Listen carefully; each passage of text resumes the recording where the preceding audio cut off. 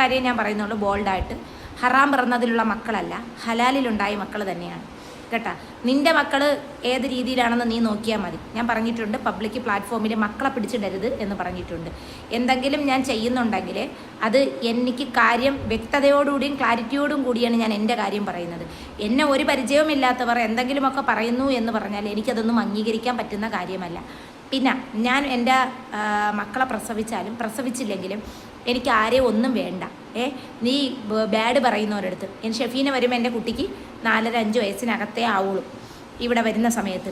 ആ കാര്യമാണ് പറഞ്ഞത്. അല്ലാതെ എൻ്റെ മോനിക്ക് അന്ന് 4.5 ഇന്ന് 6 അങ്ങനെ അന്ന് ഇന്നലെ പറഞ്ഞത് ഇങ്ങനെ ഇന്ന് പറഞ്ഞ ഇങ്ങനെ. ഈ വീഡിയോകൾ കേൾക്കുമ്പോൾ കറക്റ്റ് വ്യക്തതയും ക്ലാരിറ്റിയോടുകൂടി കേട്ടിട്ടേ കമൻ്റ് ഇടാവും, അല്ലെങ്കിൽ കമൻ്റ് ഇടാൻ പോകരുത്. അത്രയ്ക്ക് വിവരം ഇല്ലാത്തവരാണ്. ഇന്നിപ്പോൾ തന്നെ ഞാനൊരു കമൻറ്റ് കണ്ടിട്ടുണ്ടായിരുന്നു. അന്ന് നീ പറഞ്ഞു 4.5, ഇന്ന് പറയുന്ന 6. ഈ എൻ്റെ വീട് പാലിയാഴ്ച കഴിഞ്ഞ് കുറച്ച് കഴിഞ്ഞപ്പോഴാണ് ഷെഫീന വരുന്നത്. ഏകദേശം 1.25 വർഷം ആവുമെന്ന് തോന്നുന്നു. 1 വർഷം 1.25 വർഷം ആവും ഷെഫീന വരുമ്പം. 1 വർഷം ആവുമെന്ന് തോന്നുന്നു ഷെഫീന വന്നിട്ട്. അപ്പോൾ തന്നെ എൻ്റെ കുട്ടിക്ക് എത്ര വയസ്സായി? എന്തായാലും അന്നത്തെ വയസ്സ് തന്നെയാണ് ഇന്നും ഇരിക്കുന്നത്. അപ്പോൾ അന്ന് എൻ്റെ മോൻ്റെ കയ്യിൽ, ഒരു കുഞ്ഞിൻ്റെ കയ്യിൽ നമ്മളൊരു സാധനം കൊടുത്താൽ ചില മക്കൾ മേടിക്കും. അവർക്കത് പൈസയാണോ എന്താണെന്നൊന്നും അറിയത്തില്ല. അവർ ആ സമയം കളിക്കുന്ന പ്രായമാണ്. എന്നിട്ട് അവൻ പൈസ മേടിച്ച്, ഞാൻ ആ പൈസ തിരിച്ചു കൊടുത്ത്. എൻ്റെ കയ്യിൽ തന്നെ അവൻ പൈസ മേടിച്ച് തന്നത് ഞാൻ തിരിച്ചു കൊടുത്ത്. ഞാനൊരു കാര്യം പറയട്ടെ, ഞാൻ എൻ്റെ യൂട്യൂബ് ചാനലിൽ വേറെ ആരെ കണ്ടൻറ്റും അല്ല ഉപയോഗിക്കുന്നത്, എൻ്റെ കണ്ടൻറ്റാണ് ഉപയോഗിക്കുന്നത്. പിന്നെ എൻ്റെ ഉമ്മ ഒരാളെയും അങ്ങോട്ട് വിളിച്ചിട്ടില്ല. ഇന്ന് അതാണ് ടോപ്പിക്ക്. ഇന്ന് രാവിലെ ഞാൻ ഉമ്മാരുടെ അടുത്ത് സംസാരിച്ചിട്ടുണ്ടായിരുന്നു. എൻ്റെ ഉമ്മ ഒരിക്കലും കട്ടിലിൻ്റെ അടിയിൽ നിന്ന് എന്നെ പിടിച്ചെന്ന് പറഞ്ഞിട്ടില്ല. കാണാൻ പറ്റാത്ത കാഴ്ചയാണ് കണ്ടു എന്ന് പറഞ്ഞു. അത് കതവ് തുറന്നിട്ടേക്കുന്നത്, ഗ്രില്ല് തുറന്നിട്ടേക്കണം, അടുക്കള കതവ് തുറന്നിട്ട് ഇവിടെ നിന്നിപ്പോൾ മൊബൈൽ പിടിച്ച് മേടിക്കുന്നത് മാത്രമാണ് കണ്ടിട്ടുള്ളത്. കറക്റ്റ് ക്ലാരിഫിക്കേഷൻ എനിക്ക് തരേണ്ട കാര്യമൊന്നുമില്ല. കാരണം എന്ന് വെച്ചാൽ ഞാൻ ഇസ്ലാമിൻ്റെ നിയമപ്രകാരവും യഥാർത്ഥത്തിലും അദ്ദേഹത്തിൻ്റെ ഭാര്യയായിട്ട് തന്നെയാണ് ജീവിക്കുന്നത് ഇപ്പോഴും. ആ നിയമപരമായിട്ട്, കാരണം ഇസ്ലാമിൽ ഗർഭകാലഘട്ടത്ത് തൊലാക്കും കാര്യങ്ങളൊന്നും ആവില്ല. പിന്നെ എൻ്റെ ഉമ്മ അങ്ങനെ പറഞ്ഞു. എൻ്റെ ഉമ്മായ മാമി മാമി മാമി എന്ന് വിളിച്ചത് ഇവളാണ്. കോൾ റെക്കോർഡ് ഉമ്മാരെ ഫോൺ ചെയ്യാം. പക്ഷേ ഉമ്മക്ക് അറിയില്ലായിരുന്നു ഇവർ റെക്കോർഡാണ് ചെയ്തിരിക്കണേന്ന്. ഇന്നും ഞാൻ അമ്മാരുടെ അടുത്ത് ചോദിച്ചിട്ടുണ്ട്, അമ്മ എന്തിന് നിങ്ങൾ അന്നൊരു വാക്ക് പറഞ്ഞത്? പിന്നെ ഞാൻ 4 കല്യാണം കഴിച്ചു എന്നുള്ളത് അത് ഞാനായിട്ട് പബ്ലിക്കിൽ പറഞ്ഞിട്ടില്ല. ഇവിടെ ഉള്ള കുറേ ആൾക്കാർ വേറൊരു വ്യക്തിയുടെ അടുത്ത് കമൻറ്റിലൂടെ ഇൻസ്റ്റഗ്രാമിലൂടെയാണ് പറഞ്ഞത്. നമ്മുടെ നാട്ടിലൊക്കെ ഒരുപാട് സ്ത്രീകളും ഒരുപാട് കാര്യങ്ങളും നമ്മൾ അറിഞ്ഞുകൂടാത്ത കുറേ പേര് 4 വിവാഹം കഴിച്ചിട്ടുണ്ട്. ചിലർ നല്ല ജീവിതമായിരിക്കും, ചിലർ എന്തായാലും ഞാൻ വേറൊരുത്തൻ്റെ ഒന്നും അല്ലല്ലോ പോയത്. എന്തായാലും സ്ട്രൈറ്റ് വന്നു, പോലീസിനെ വിളിച്ചു, പോലീസ് വന്നു, അവർക്ക് ഇഷ്ടപ്പെട്ട് ഒരുമിച്ച് ജീവിക്കണേ. പക്ഷേ ഇങ്ങനെ ആയിപ്പോയി, മദ്യപാനമായിപ്പോയി. ഇന്ന് ഞാനൊരു കുഞ്ഞിൻ്റെ പണി. ഞാനൊരു കാര്യം പറയാം, ഞാൻ ഷാന ഉപേക്ഷിച്ച് കളഞ്ഞു. ഇപ്പം എനിക്കറിയാം 1 മാസമായി ഞാൻ ഒരു ബന്ധവുമില്ലാതെ ഇങ്ങനെ നിൽക്കുന്നു. എല്ലാവർക്കും അറിയാം, ഒരു ബന്ധവുമില്ല, ഒന്നുമില്ല, ആരെയും സംരക്ഷണം ഇല്ലാതെ നിൽക്കുന്നു.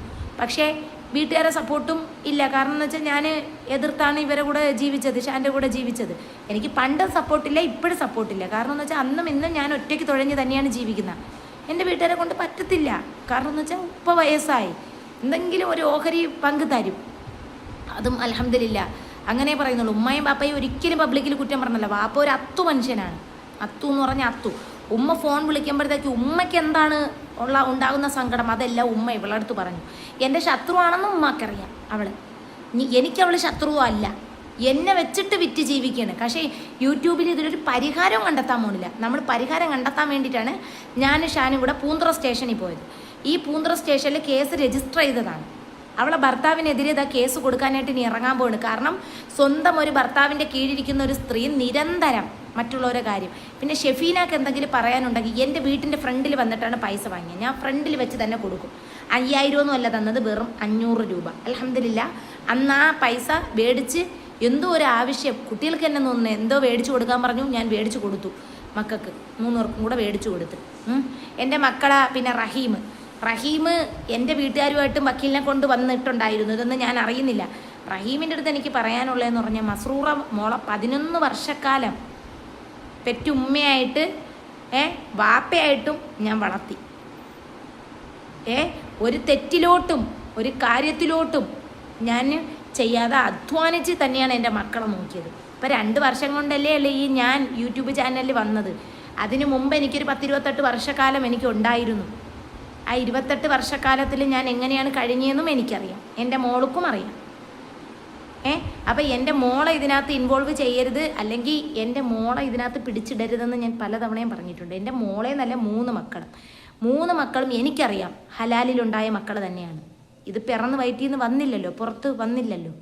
ഒന്നീ വീട്ടുകാർ എന്താണ് നാവിനെ കുറച്ച് ഒതുക്കി അന്ന് നിൽക്കണമായിരുന്നു. എൻ്റെ ഉമ്മ, എൻ്റെ സഹോദരനെ ബാക്കിയൊന്നും അവരാരും സോഷ്യൽ മീഡിയയിൽ കയറി സംസാരിച്ചിട്ടില്ല.